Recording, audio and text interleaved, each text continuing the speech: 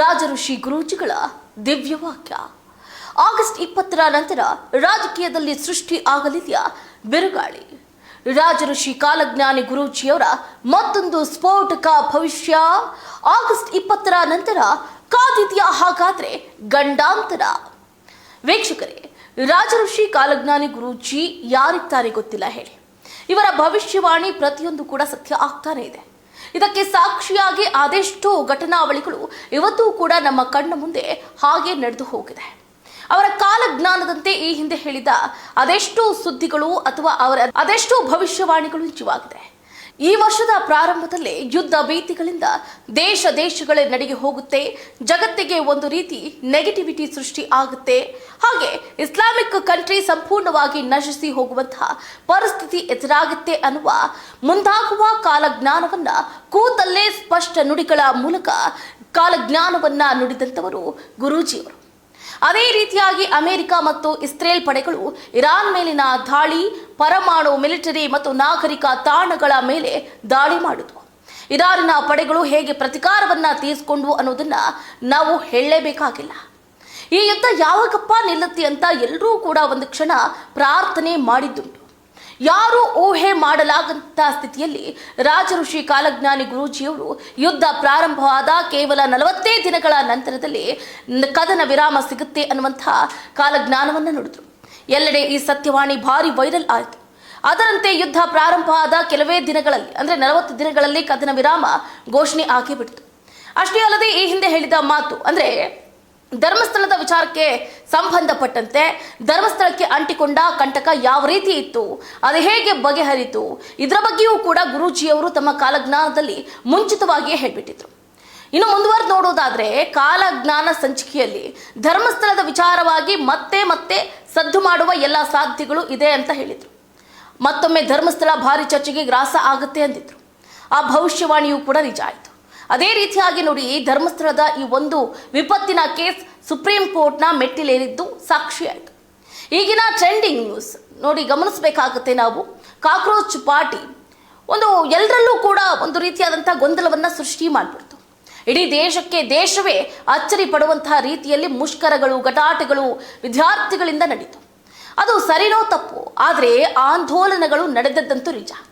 ಇದರ ವಿಚಾರವಾಗಿ ರಾಜಋಷಿ ಕಾಲಜ್ಞಾನಿ ಗುರೂಜಿಯವರು ತಮ್ಮ ಕಾಲಜ್ಞಾನದಲ್ಲಿ ಹೇಳಿದ ರೀತಿಯಾಗಿ ಬರುವಂತಹ ಆಗಸ್ಟ್ 20ರ ಒಳಗೆ ಈ ಒಂದು ಕಾಕ್ರೋಚ್ ಪಾರ್ಟಿ ಅನ್ನೋದೇ ಸುಳಿವಿಲ್ಲದಂತೆ ಹೋಗ್ಬಿಡುತ್ತೆ. ಅಷ್ಟೇ ಅಲ್ಲದೆ ಕೇಂದ್ರ ಸರ್ಕಾರಕ್ಕೆ ಒಂದು ಕಡೆ ಇದರಿಂದ ಮೈನರ್ ಡ್ಯಾಮೇಜ್ ಆಗುತ್ತೆ ಅಂತ ಹೇಳಿದ್ರು. ಆಗ ಈ ಜಿರಳೆಗಳು ಅಂದರೆ ಈ ಕಾಕ್ರೋಚ್ಗಳು ಹುಡುಕಿದ್ರೂ ಕೂಡ ಸಿಗೋದಿಲ್ಲ, ನೋಡ್ತಾ ಇರಿ ಅಂತ ಹೇಳಿದ್ರು. ಅದರ ನಡುವೆನೇ ನೋಡಿ ಕೇಂದ್ರ ಸರ್ಕಾರಕ್ಕೆ ಒಂದು ಕಡೆ ಮೈನರ್ ಡ್ಯಾಮೇಜ್ ಆಗೇ ಬಿಡ್ತು. ಅದು ಕೇಂದ್ರ ಶಿಕ್ಷಣ ಸಚಿವ ಧರ್ಮೇಂದ್ರ ಪ್ರಧಾನ್ ಅವರು ರಾಜೀನಾಮೆಯನ್ನು ಕೊಡೋದ್ರ ಮುಖ್ಯ. ಇದು ಎಲ್ಲವನ್ನ ಗಮನಿಸ್ತಾ ಇದ್ರೆ ಇವರು ಹೇಳುವಂತಹ ಪ್ರತಿಯೊಂದು ಮಾತು ಕೂಡ ಸತ್ಯ ಆಗ್ತಾ ಇದೆ. ಅವರು ನುಡಿದಂತಹ ನುಡಿಗಳೆಲ್ಲವೂ ಕೂಡ ಅಂದರೆ ನೋಡಿ ಮುಂದಾಗೋದನ್ನ ಈಗಲೇ ಹೇಳ್ತಿದ್ದಾರೆ. ಈಗಲೂ ಕೂಡ ಒಂದು ಆಘಾತಕಾರಿ ಘಟನೆ ಆಗುತ್ತೆ. ಅದು ಯಾವಾಗ ಗೊತ್ತಾ ನೋಡಿ, ಕುತೂಹಲಕಾರಿ ಅಂತಲೇ ಹೇಳ್ಬೋದು. ಆಗಸ್ಟ್ 20ನೇ ತಾರೀಕು ನಂತರ ರಾಜಕೀಯದಲ್ಲಿ ಭೌಗೋಳಿಕವಾಗಿ ಅನೇಕ ರೀತಿಯ ಬದಲಾವಣೆಗಳನ್ನ ಕಾಣ್ತೀವಿ ಅನ್ನುವಂತಹ ಕಾಲಜ್ಞಾನವನ್ನ ನುಡಿದಿದ್ದಾರೆ. ಹಾಗಾದ್ರೆ ಆಗಸ್ಟ್ 20ರ ನಂತರದಲ್ಲಿ ರಾಜಕೀಯವಾಗಿ ಏನೇನೆಲ್ಲ ಬದಲಾವಣೆಗಳು ಆಗುತ್ತೆ, ಯಾರಿಗೆಲ್ಲ ಗಂಡಾಂತರ ಕಾಡುತ್ತೆ, ಭೌಗೋಳಿಕವಾಗಿ ಏನೇನೆಲ್ಲ ಚೇಂಜಸ್ ಆಗುತ್ತೆ ಅನ್ನೋದನ್ನ ಕಾದಷ್ಟೇ ನೋಡಬೇಕಾಗಿದೆ. ಇದಾಗಿತ್ತು ಇವರಿಗಿನ ಅಪ್ಡೇಟ್. ನೋಡ್ತಾ ಇರಿ ಸ್ಪೀಡ್ ನ್ಯೂಸ್, ನಿಮ್ಮದು ವೇಗ ನಮ್ಮದು. ನಮಸ್ಕಾರ. ಇವತ್ತಿನ ವಿಶೇಷ ಸಂಚಿಕೆಯಲ್ಲಿ ಆಗಸ್ಟ್ ತಿಂಗಳಿಂದ ನಡೆಯುವಂತಹ ಮಹಾಪರಿವರ್ತನೆ ಬಗ್ಗೆ ನಾನು ನಿಮ್ಮೊಟ್ಟಿಗೆ ಚಿಕ್ಕದಾದಂಥ ಒಂದು ವಿಶ್ಲೇಷಣೆ ಕೊಡ್ತಿದ್ದೀನಿ.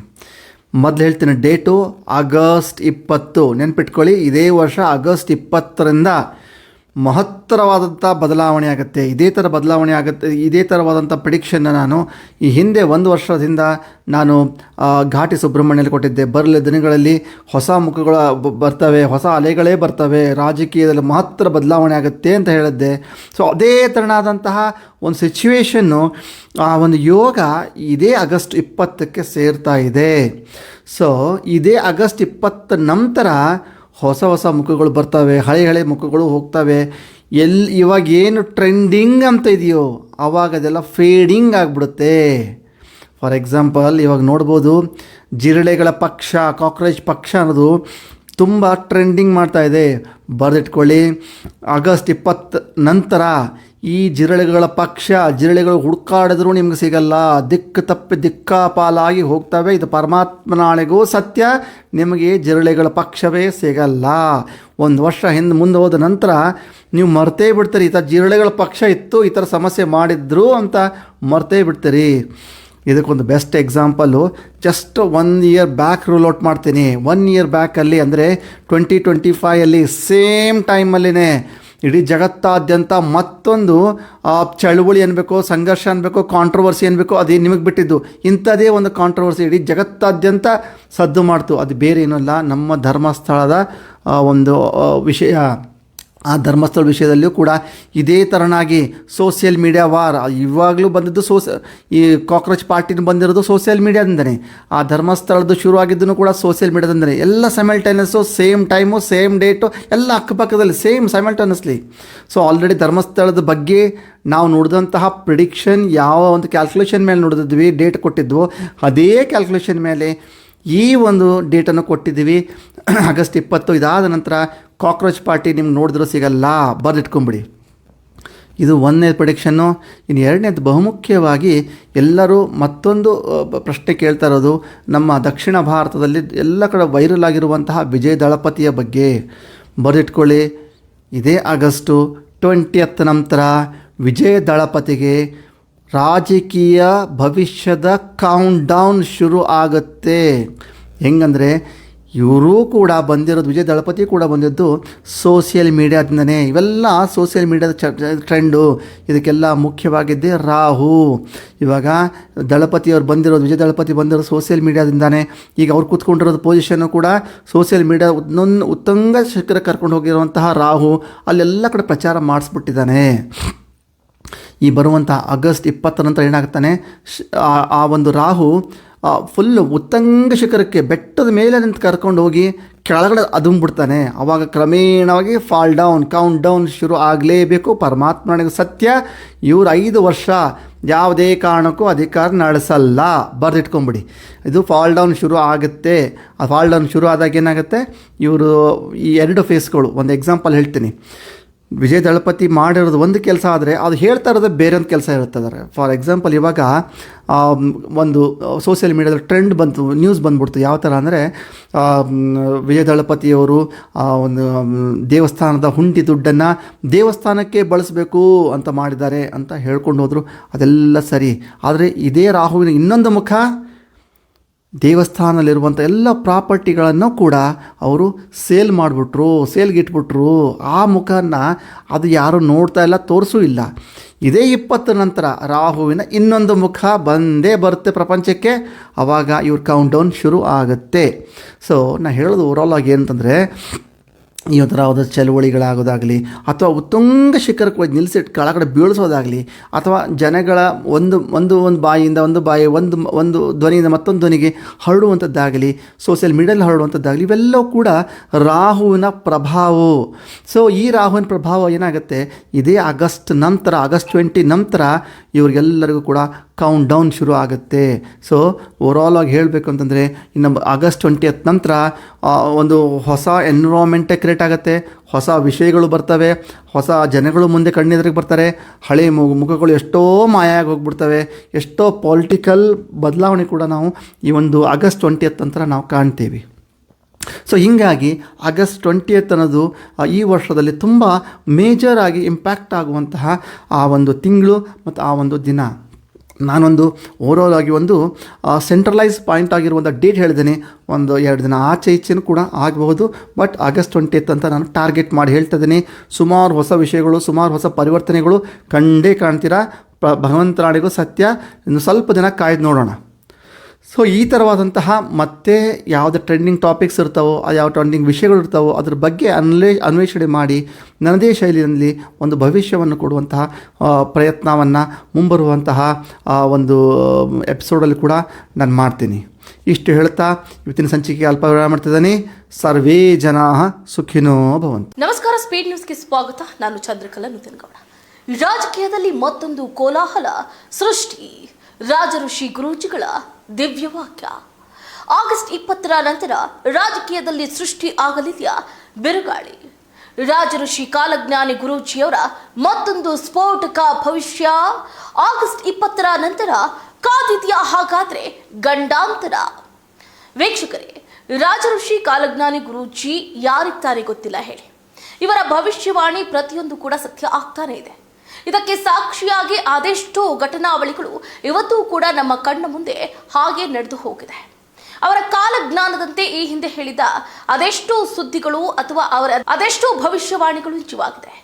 ಈ ವರ್ಷದ ಪ್ರಾರಂಭದಲ್ಲೇ ಯುದ್ಧ ಭೀತಿಗಳಿಂದ ದೇಶಗಳ ನಡಿಗೆ ಹೋಗುತ್ತೆ, ಜಗತ್ತಿಗೆ ಒಂದು ರೀತಿ ನೆಗೆಟಿವಿಟಿ ಸೃಷ್ಟಿ ಆಗುತ್ತೆ, ಹಾಗೆ ಇಸ್ಲಾಮಿಕ್ ಕಂಟ್ರಿ ಸಂಪೂರ್ಣವಾಗಿ ನಶಿಸಿ ಹೋಗುವಂತಹ ಪರಿಸ್ಥಿತಿ ಎದುರಾಗುತ್ತೆ ಅನ್ನುವ ಮುಂದಾಗುವ ಕಾಲಜ್ಞಾನವನ್ನ ಕೂತಲ್ಲೇ ಸ್ಪಷ್ಟ ನುಡಿಗಳ ಮೂಲಕ ಕಾಲಜ್ಞಾನವನ್ನ ನುಡಿದಂತವರು ಗುರೂಜಿಯವರು.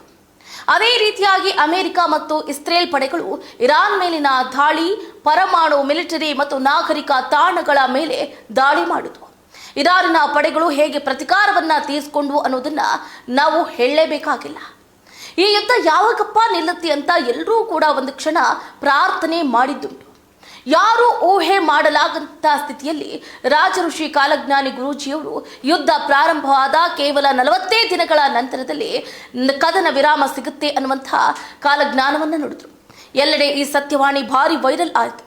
ಅದರಂತೆ ಯುದ್ಧ ಪ್ರಾರಂಭ ಆದ ಕೆಲವೇ ದಿನಗಳಲ್ಲಿ, ಅಂದ್ರೆ 40 ದಿನಗಳಲ್ಲಿ ಕದನ ವಿರಾಮ ಘೋಷಣೆ ಆಗೇ ಬಿಡ್ತು.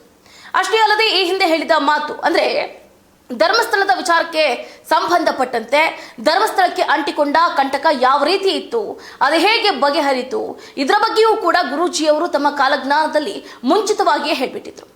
ಇನ್ನು ಮುಂದುವರೆದು ನೋಡೋದಾದ್ರೆ ಕಾಲಜ್ಞಾನ ಸಂಚಿಕೆಯಲ್ಲಿ ಧರ್ಮಸ್ಥಳದ ವಿಚಾರವಾಗಿ ಮತ್ತೆ ಸದ್ದು ಮಾಡುವ ಎಲ್ಲ ಸಾಧ್ಯತೆಗಳು ಇದೆ ಅಂತ ಹೇಳಿದ್ರು.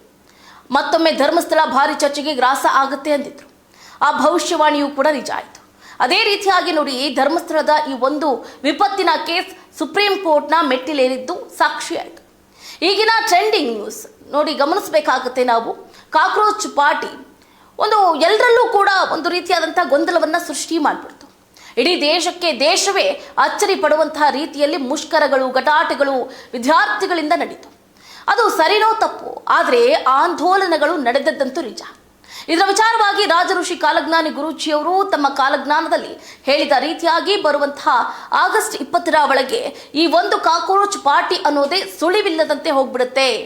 ಅಷ್ಟೇ ಅಲ್ಲದೆ ಕೇಂದ್ರ ಸರ್ಕಾರಕ್ಕೆ ಒಂದು ಕಡೆ ಇದರಿಂದ ಮೈನರ್ ಡ್ಯಾಮೇಜ್ ಆಗುತ್ತೆ ಅಂತ ಹೇಳಿದ್ರು. ಆಗ ಈ ಜಿರಳೆಗಳು, ಅಂದ್ರೆ ಈ ಕಾಕ್ರೋಚ್ಗಳು ಹುಡುಕಿದ್ರೂ ಕೂಡ ಸಿಗೋದಿಲ್ಲ, ನೋಡ್ತಾ ಇರಿ ಅಂತ ಹೇಳಿದ್ರು. ಅದರ ನಡುವೆನೇ ನೋಡಿ ಕೇಂದ್ರ ಸರ್ಕಾರಕ್ಕೆ ಒಂದು ಕಡೆ ಮೈನರ್ ಡ್ಯಾಮೇಜ್ ಆಗೇ ಬಿಡ್ತು. ಅದು ಕೇಂದ್ರ ಶಿಕ್ಷಣ ಸಚಿವ ಧರ್ಮೇಂದ್ರ ಪ್ರಧಾನ್ ಅವರು ರಾಜೀನಾಮೆಯನ್ನ ಕೊಡೋದ್ರ ಮುಖ್ಯ. ಇದು ಎಲ್ಲವನ್ನ ಗಮನಿಸ್ತಾ ಇದ್ರೆ ಇವರು ಹೇಳುವಂತಹ ಪ್ರತಿಯೊಂದು ಮಾತು ಕೂಡ ಸತ್ಯ ಆಗ್ತಾ ಇದೆ. ಅವರು ನುಡಿದಂತಹ ನುಡಿಗಳೆಲ್ಲವೂ ಕೂಡ, ಅಂದ್ರೆ ನೋಡಿ, ಮುಂದಾಗೋದನ್ನ ಈಗಲೇ ಹೇಳ್ತಿದ್ದಾರೆ. ಈಗಲೂ ಕೂಡ ಒಂದು ಆಘಾತಕಾರಿ ಘಟನೆ ಆಗುತ್ತೆ. ಅದು ಯಾವಾಗ ಗೊತ್ತಾ ನೋಡಿ, ಕುತೂಹಲಕಾರಿ ಅಂತಾನೆ ಹೇಳ್ಬೋದು. ಆಗಸ್ಟ್ 20ನೇ ತಾರೀಕು ನಂತರ ರಾಜಕೀಯದಲ್ಲಿ ಭೌಗೋಳಿಕವಾಗಿ ಅನೇಕ ರೀತಿಯ ಬದಲಾವಣೆಗಳನ್ನ ಕಾಣ್ತೀವಿ ಅನ್ನುವಂತಹ ಕಾಲಜ್ಞಾನವನ್ನ ನುಡಿದಿದ್ದಾರೆ. ಹಾಗಾದ್ರೆ ಆಗಸ್ಟ್ 20ರ ನಂತರದಲ್ಲಿ ರಾಜಕೀಯವಾಗಿ ಏನೇನೆಲ್ಲ ಬದಲಾವಣೆಗಳು ಆಗುತ್ತೆ, ಯಾರಿಗೆಲ್ಲ ಗಂಡಾಂತರ ಕಾಡುತ್ತೆ, ಭೌಗೋಳಿಕವಾಗಿ ಏನೇನೆಲ್ಲ ಚೇಂಜಸ್ ಆಗುತ್ತೆ ಅನ್ನೋದನ್ನ ಕಾದಷ್ಟೇ ನೋಡಬೇಕಾಗಿದೆ. ಇದಾಗಿತ್ತು ಇವರಿಗಿನ ಅಪ್ಡೇಟ್. ನೋಡ್ತಾ ಇರಿ ಸ್ಪೀಡ್ ನ್ಯೂಸ್, ದಿನಮದು ವೇಗ ನಮ್ಮದು. ನಮಸ್ಕಾರ. ಇವತ್ತಿನ ವಿಶೇಷ ಸಂಚಿಕೆಯಲ್ಲಿ ಆಗಸ್ಟ್ ತಿಂಗಳಿಂದ ನಡೆಯುವಂತಹ ಮಹಾಪರಿವರ್ತನೆ ಬಗ್ಗೆ ನಾನು ನಿಮ್ಮೊಟ್ಟಿಗೆ ಚಿಕ್ಕದಾದಂಥ ಒಂದು ವಿಶ್ಲೇಷಣೆ ಕೊಡ್ತಿದ್ದೀನಿ. ಮೊದಲು ಹೇಳ್ತೀನಿ, ಡೇಟು ಆಗಸ್ಟ್ 20. ನೆನ್ಪಿಟ್ಕೊಳ್ಳಿ, ಇದೇ ವರ್ಷ ಆಗಸ್ಟ್ 20ರಿಂದ ಮಹತ್ತರವಾದಂಥ ಬದಲಾವಣೆ ಆಗುತ್ತೆ. ಇದೇ ಥರವಾದಂಥ ಪ್ರಿಡಿಕ್ಷನ್ನ ನಾನು ಈ ಹಿಂದೆ 1 ವರ್ಷದಿಂದ ನಾನು ಘಾಟಿ ಸುಬ್ರಹ್ಮಣ್ಯಲ್ಲಿ ಕೊಟ್ಟಿದ್ದೆ. ಬರಲಿ ದಿನಗಳಲ್ಲಿ ಹೊಸ ಮುಖಗಳು ಬರ್ತವೆ, ಹೊಸ ಅಲೆಗಳೇ ಬರ್ತವೆ, ರಾಜಕೀಯದಲ್ಲಿ ಮಹತ್ತರ ಬದಲಾವಣೆ ಆಗುತ್ತೆ ಅಂತ ಹೇಳಿದ್ದೆ. ಸೊ ಅದೇ ಥರನಾದಂತಹ ಒಂದು ಸಿಚುವೇಶನ್ನು, ಆ ಒಂದು ಯೋಗ ಇದೇ ಆಗಸ್ಟ್ 20ಕ್ಕೆ ಸೇರ್ತಾ ಇದೆ. ಸೊ ಇದೇ ಆಗಸ್ಟ್ 20 ನಂತರ ಹೊಸ ಮುಖಗಳು ಬರ್ತವೆ, ಹಳೆ ಮುಖಗಳು ಹೋಗ್ತವೆ. ಇವಾಗ ಏನು ಟ್ರೆಂಡಿಂಗ್ ಅಂತ ಇದೆಯೋ ಆವಾಗ ಅದೆಲ್ಲ ಫೇಡಿಂಗ್ ಆಗಿಬಿಡುತ್ತೆ. ಫಾರ್ ಎಕ್ಸಾಂಪಲ್, ಇವಾಗ ನೋಡ್ಬೋದು, ಜಿರಳೆಗಳ ಪಕ್ಷ, ಕಾಕ್ರೋಚ್ ಪಕ್ಷ ಅನ್ನೋದು ತುಂಬ ಟ್ರೆಂಡಿಂಗ್ ಮಾಡ್ತಾ ಇದೆ. ಬರೆದಿಟ್ಕೊಳ್ಳಿ, ಆಗಸ್ಟ್ 20 ನಂತರ ಈ ಜಿರಳೆಗಳ ಪಕ್ಷ, ಜಿರಳೆಗಳು ಹುಡುಕಾಡಿದ್ರೂ ನಿಮ್ಗೆ ಸಿಗಲ್ಲ, ದಿಕ್ಕು ತಪ್ಪಿ ದಿಕ್ಕಾಪಾಲಾಗಿ ಹೋಗ್ತವೆ. ಇದು ಪರಮಾತ್ಮನಾಳೆಗೂ ಸತ್ಯ, ನಿಮಗೆ ಜಿರಳೆಗಳ ಪಕ್ಷವೇ ಸಿಗಲ್ಲ.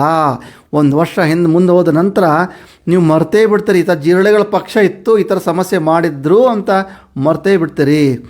ಇದಕ್ಕೊಂದು best example just 1 year back rule out ಮಾಡ್ತೀನಿ. 1 ಇಯರ್ ಬ್ಯಾಕಲ್ಲಿ ಅಂದರೆ 2025 ಸೇಮ್ ಟೈಮಲ್ಲಿನೇ ಇಡೀ ಜಗತ್ತಾದ್ಯಂತ ಮತ್ತೊಂದು ಚಳುವಳಿ ಅನ್ಬೇಕು, ಸಂಘರ್ಷ ಅನ್ಬೇಕು, ಕಾಂಟ್ರವರ್ಸಿ ಅನ್ಬೇಕು, ಅದೇ ನಿಮಗೆ ಬಿಟ್ಟಿದ್ದು.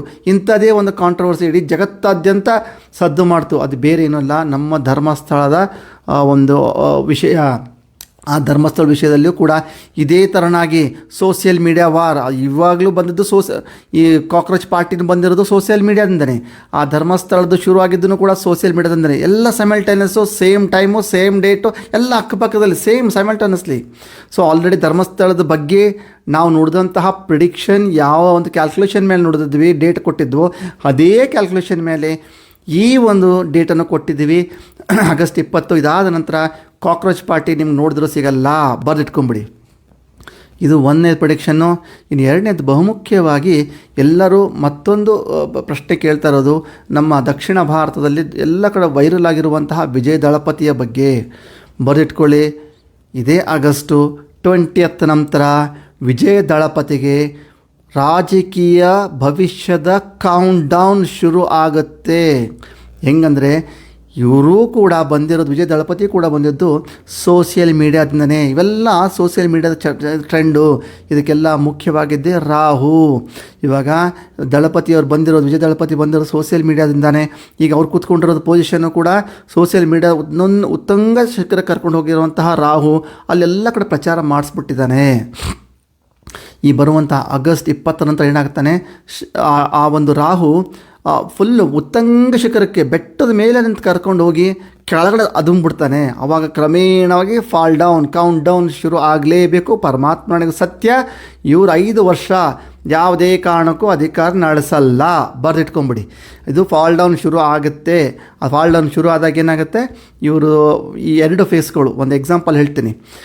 ವಿಜಯ್ ದಳಪತಿ ಮಾಡಿರೋದು ಒಂದು ಕೆಲಸ ಆದರೆ ಅದು ಹೇಳ್ತಾ ಇರೋದು ಬೇರೆ ಒಂದು ಕೆಲಸ ಇರ್ತದೆ. ಫಾರ್ ಎಕ್ಸಾಂಪಲ್, ಇವಾಗ ಒಂದು ಸೋಷಿಯಲ್ ಮೀಡಿಯಾದ ಟ್ರೆಂಡ್ ಬಂತು, ನ್ಯೂಸ್ ಬಂದ್ಬಿಡ್ತು. ಯಾವ ಥರ ಅಂದರೆ ವಿಜಯ್ ದಳಪತಿಯವರು ಒಂದು ದೇವಸ್ಥಾನದ ಹುಂಡಿ ದುಡ್ಡನ್ನು ದೇವಸ್ಥಾನಕ್ಕೆ ಬಳಸಬೇಕು ಅಂತ ಮಾಡಿದ್ದಾರೆ ಅಂತ ಹೇಳ್ಕೊಂಡು ಹೋದರು. ಅದೆಲ್ಲ ಸರಿ. ಆದರೆ ಇದೇ ರಾಹುವಿನ ಇನ್ನೊಂದು ಮುಖ, ದೇವಸ್ಥಾನದಲ್ಲಿರುವಂಥ ಎಲ್ಲ ಪ್ರಾಪರ್ಟಿಗಳನ್ನು ಕೂಡ ಅವರು ಸೇಲ್ ಮಾಡಿಬಿಟ್ರು, ಸೇಲ್ಗೆ ಇಟ್ಬಿಟ್ರು.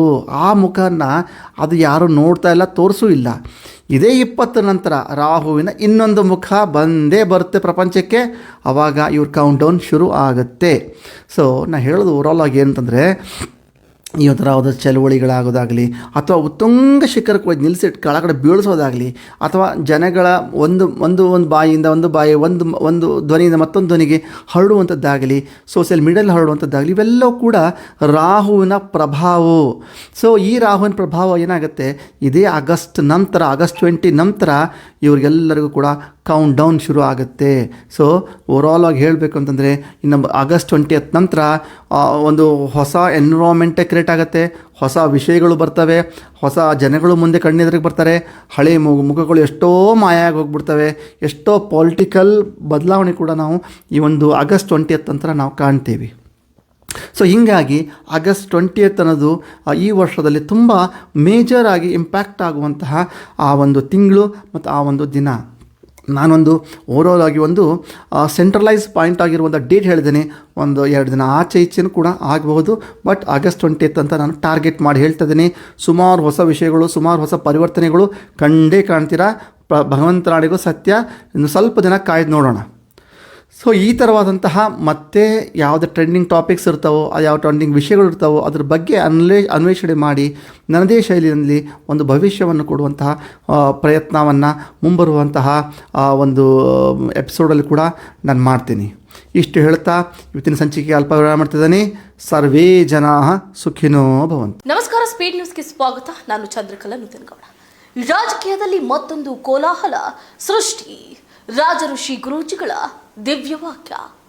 ಆಗಸ್ಟ್ 20 ನಂತರ ರಾಜಕೀಯದಲ್ಲಿ ಸೃಷ್ಟಿ ಆಗಲಿದೆಯಾ ಬಿರುಗಾಳಿ. ರಾಜಋಷಿ ಕಾಲಜ್ಞಾನಿ ಗುರೂಜಿಯವರ ಮತ್ತೊಂದು ಸ್ಫೋಟಕ ಭವಿಷ್ಯ. ಆಗಸ್ಟ್ 20ರ ನಂತರ ಕಾದಿದೆಯಾ ಹಾಗಾದ್ರೆ ಗಂಡಾಂತರ? ವೀಕ್ಷಕರೇ, ರಾಜಋಷಿ ಕಾಲಜ್ಞಾನಿ ಗುರೂಜಿ ಯಾರಿದ್ದಾರೆ ಗೊತ್ತಿಲ್ಲ ಹೇಳಿ. ಇವರ ಭವಿಷ್ಯವಾಣಿ ಪ್ರತಿಯೊಂದು ಕೂಡ ಸತ್ಯ ಆಗ್ತಾನೆ ಇದೆ. ಇದಕ್ಕೆ ಸಾಕ್ಷಿಯಾಗಿ ಅದೆಷ್ಟೋ ಘಟನಾವಳಿಗಳು ಇವತ್ತೂ ಕೂಡ ನಮ್ಮ ಕಣ್ಣ ಮುಂದೆ ಹಾಗೆ ನಡೆದು ಹೋಗಿದೆ. ಅವರ ಕಾಲಜ್ಞಾನದಂತೆ ಈ ಹಿಂದೆ ಹೇಳಿದ ಅದೆಷ್ಟೋ ಸುದ್ದಿಗಳು ಅಥವಾ ಅವರ ಅದೆಷ್ಟೋ ಭವಿಷ್ಯವಾಣಿಗಳು ನಿಜವಾಗಿದೆ. ಈ ವರ್ಷದ ಪ್ರಾರಂಭದಲ್ಲೇ ಯುದ್ಧ ಭೀತಿಗಳಿಂದ ದೇಶಗಳ ನಡಿಗೆ ಹೋಗುತ್ತೆ, ಜಗತ್ತಿಗೆ ಒಂದು ರೀತಿ ನೆಗೆಟಿವಿಟಿ ಸೃಷ್ಟಿ ಆಗುತ್ತೆ, ಹಾಗೆ ಇಸ್ಲಾಮಿಕ್ ಕಂಟ್ರಿ ಸಂಪೂರ್ಣವಾಗಿ ನಶಿಸಿ ಹೋಗುವಂತಹ ಪರಿಸ್ಥಿತಿ ಎದುರಾಗುತ್ತೆ ಅನ್ನುವ ಮುಂದಾಗುವ ಕಾಲಜ್ಞಾನವನ್ನ ಕೂತಲ್ಲೇ ಸ್ಪಷ್ಟ ನುಡಿಗಳ ಮೂಲಕ ಕಾಲಜ್ಞಾನವನ್ನ ನುಡಿದಂತವರು ಗುರೂಜಿಯವರು. ಅದೇ ರೀತಿಯಾಗಿ ಅಮೆರಿಕ ಮತ್ತು ಇಸ್ರೇಲ್ ಪಡೆಗಳು ಇರಾನ್ ಮೇಲಿನ ದಾಳಿ, ಪರಮಾಣು ಮಿಲಿಟರಿ ಮತ್ತು ನಾಗರಿಕ ತಾಣಗಳ ಮೇಲೆ ದಾಳಿ ಮಾಡಿದ್ವು. ಇರಾನಿನ ಪಡೆಗಳು ಹೇಗೆ ಪ್ರತಿಕಾರವನ್ನ ತೀರಿಸಿಕೊಂಡ್ವು ಅನ್ನೋದನ್ನ ನಾವು ಹೇಳಲೇಬೇಕಾಗಿಲ್ಲ. ಈ ಯುದ್ಧ ಯಾವಾಗಪ್ಪ ನಿಲ್ಲುತ್ತೆ ಅಂತ ಎಲ್ಲರೂ ಕೂಡ ಒಂದು ಕ್ಷಣ ಪ್ರಾರ್ಥನೆ ಮಾಡಿದ್ದುಂಟು. ಯಾರು ಊಹೆ ಮಾಡಲಾಗಂತ ಸ್ಥಿತಿಯಲ್ಲಿ ರಾಜಋಷಿ ಕಾಲಜ್ಞಾನಿ ಗುರೂಜಿಯವರು ಯುದ್ಧ ಪ್ರಾರಂಭವಾದ ಕೇವಲ 40 ದಿನಗಳ ನಂತರದಲ್ಲಿ ಕದನ ವಿರಾಮ ಸಿಗುತ್ತೆ ಅನ್ನುವಂತಹ ಕಾಲಜ್ಞಾನವನ್ನು ನುಡಿದ್ರು. ಎಲ್ಲೆಡೆ ಈ ಸತ್ಯವಾಣಿ ಭಾರಿ ವೈರಲ್ ಆಯಿತು. ಅದರಂತೆ ಯುದ್ಧ ಪ್ರಾರಂಭ ಆದ ಕೆಲವೇ ದಿನಗಳಲ್ಲಿ, ಅಂದ್ರೆ 40 ದಿನಗಳಲ್ಲಿ ಕದನ ವಿರಾಮ ಘೋಷಣೆ ಆಗಿಬಿಡ್ತು. ಅಷ್ಟೇ ಅಲ್ಲದೆ ಈ ಹಿಂದೆ ಹೇಳಿದ ಮಾತು, ಅಂದ್ರೆ ಧರ್ಮಸ್ಥಳದ ವಿಚಾರಕ್ಕೆ ಸಂಬಂಧಪಟ್ಟಂತೆ ಧರ್ಮಸ್ಥಳಕ್ಕೆ ಅಂಟಿಕೊಂಡ ಕಂಟಕ ಯಾವ ರೀತಿ ಇತ್ತು, ಅದು ಹೇಗೆ ಬಗೆಹರಿತು, ಇದರ ಬಗ್ಗೆಯೂ ಕೂಡ ಗುರೂಜಿಯವರು ತಮ್ಮ ಕಾಲಜ್ಞಾನದಲ್ಲಿ ಮುಂಚಿತವಾಗಿಯೇ ಹೇಳ್ಬಿಟ್ಟಿದ್ರು. ಇನ್ನು ಮುಂದುವರೆದು ನೋಡೋದಾದ್ರೆ ಕಾಲಜ್ಞಾನ ಸಂಚಿಕೆಯಲ್ಲಿ ಧರ್ಮಸ್ಥಳದ ವಿಚಾರವಾಗಿ ಮತ್ತೆ ಸದ್ದು ಮಾಡುವ ಎಲ್ಲ ಸಾಧ್ಯತೆಗಳು ಇದೆ ಅಂತ ಹೇಳಿದ್ರು. ಮತ್ತೊಮ್ಮೆ ಧರ್ಮಸ್ಥಳ ಭಾರಿ ಚರ್ಚೆಗೆ ಗ್ರಾಸ ಆಗುತ್ತೆ ಅಂದಿದ್ರು. ಆ ಭವಿಷ್ಯವಾಣಿಯೂ ಕೂಡ ನಿಜ ಆಯಿತು. ಅದೇ ರೀತಿಯಾಗಿ ನೋಡಿ, ಧರ್ಮಸ್ಥಳದ ಈ ಒಂದು ವಿಪತ್ತಿನ ಕೇಸ್ ಸುಪ್ರೀಂ ಕೋರ್ಟ್ನ ಮೆಟ್ಟಿಲೇರಿದ್ದು ಸಾಕ್ಷಿಯಾಯಿತು. ಈಗಿನ ಟ್ರೆಂಡಿಂಗ್ ನ್ಯೂಸ್ ನೋಡಿ ಗಮನಿಸಬೇಕಾಗುತ್ತೆ ನಾವು. ಕಾಕ್ರೋಚ್ ಪಾರ್ಟಿ ಒಂದು ಎಲ್ಲರಲ್ಲೂ ಕೂಡ ಒಂದು ರೀತಿಯಾದಂಥ ಗೊಂದಲವನ್ನು ಸೃಷ್ಟಿ ಮಾಡಿಬಿಡ್ತು. ಇಡೀ ದೇಶವೇ ಅಚ್ಚರಿ ಪಡುವಂತಹ ರೀತಿಯಲ್ಲಿ ಮುಷ್ಕರಗಳು, ಗಲಾಟೆಗಳು ವಿದ್ಯಾರ್ಥಿಗಳಿಂದ ನಡೀತು. ಅದು ಸರಿನೋ ತಪ್ಪು, ಆದರೆ ಆಂದೋಲನಗಳು ನಡೆದದ್ದಂತೂ ನಿಜ. ಇದರ ವಿಚಾರವಾಗಿ ರಾಜಋಷಿ ಕಾಲಜ್ಞಾನಿ ಗುರೂಜಿಯವರು ತಮ್ಮ ಕಾಲಜ್ಞಾನದಲ್ಲಿ ಹೇಳಿದ ರೀತಿಯಾಗಿ ಬರುವಂತಹ ಆಗಸ್ಟ್ 20ರ ಒಳಗೆ ಈ ಒಂದು ಕಾಕ್ರೋಚ್ ಪಾರ್ಟಿ ಅನ್ನೋದೇ ಸುಳಿವಿಲ್ಲದಂತೆ ಹೋಗ್ಬಿಡುತ್ತೆ. ಅಷ್ಟೇ ಅಲ್ಲದೆ ಕೇಂದ್ರ ಸರ್ಕಾರಕ್ಕೆ ಒಂದು ಕಡೆ ಇದರಿಂದ ಮೈನರ್ ಡ್ಯಾಮೇಜ್ ಆಗುತ್ತೆ ಅಂತ ಹೇಳಿದ್ರು. ಆಗ ಈ ಜಿರಳೆಗಳು, ಅಂದ್ರೆ ಈ ಕಾಕ್ರೋಚ್ಗಳು ಹುಡುಕಿದ್ರೂ ಕೂಡ ಸಿಗೋದಿಲ್ಲ, ನೋಡ್ತಾ ಇರಿ ಅಂತ ಹೇಳಿದ್ರು. ಅದರ ನಡುವೆನೇ ನೋಡಿ ಕೇಂದ್ರ ಸರ್ಕಾರಕ್ಕೆ ಒಂದು ಕಡೆ ಮೈನರ್ ಡ್ಯಾಮೇಜ್ ಆಗೇ ಬಿಡ್ತು. ಅದು ಕೇಂದ್ರ ಶಿಕ್ಷಣ ಸಚಿವ ಧರ್ಮೇಂದ್ರ ಪ್ರಧಾನ್ ಅವರು ರಾಜೀನಾಮೆಯನ್ನು ಕೊಡೋದ್ರ ಮುಖ್ಯ. ಇದು ಎಲ್ಲವನ್ನ ಗಮನಿಸ್ತಾ ಇದ್ರೆ ಇವರು ಹೇಳುವಂತಹ ಪ್ರತಿಯೊಂದು ಮಾತು ಕೂಡ ಸತ್ಯ ಆಗ್ತಾ ಇದೆ. ಅವರು ನುಡಿದಂತಹ ನುಡಿಗಳೆಲ್ಲವೂ ಕೂಡ ಅಂದ್ರೆ ನೋಡಿ ಮುಂದಾಗೋದನ್ನ ಈಗಲೇ ಹೇಳ್ತಿದ್ದಾರೆ. ಈಗಲೂ ಕೂಡ ಒಂದು ಆಘಾತಕಾರಿ ಘಟನೆ ಆಗುತ್ತೆ. ಅದು ಯಾವಾಗ ಗೊತ್ತಾ ನೋಡಿ, ಕುತೂಹಲಕಾರಿ ಅಂತಾನೆ ಹೇಳ್ಬೋದು. ಆಗಸ್ಟ್ 20ನೇ ತಾರೀಕು ನಂತರ ರಾಜಕೀಯದಲ್ಲಿ ಭೌಗೋಳಿಕವಾಗಿ ಅನೇಕ ರೀತಿ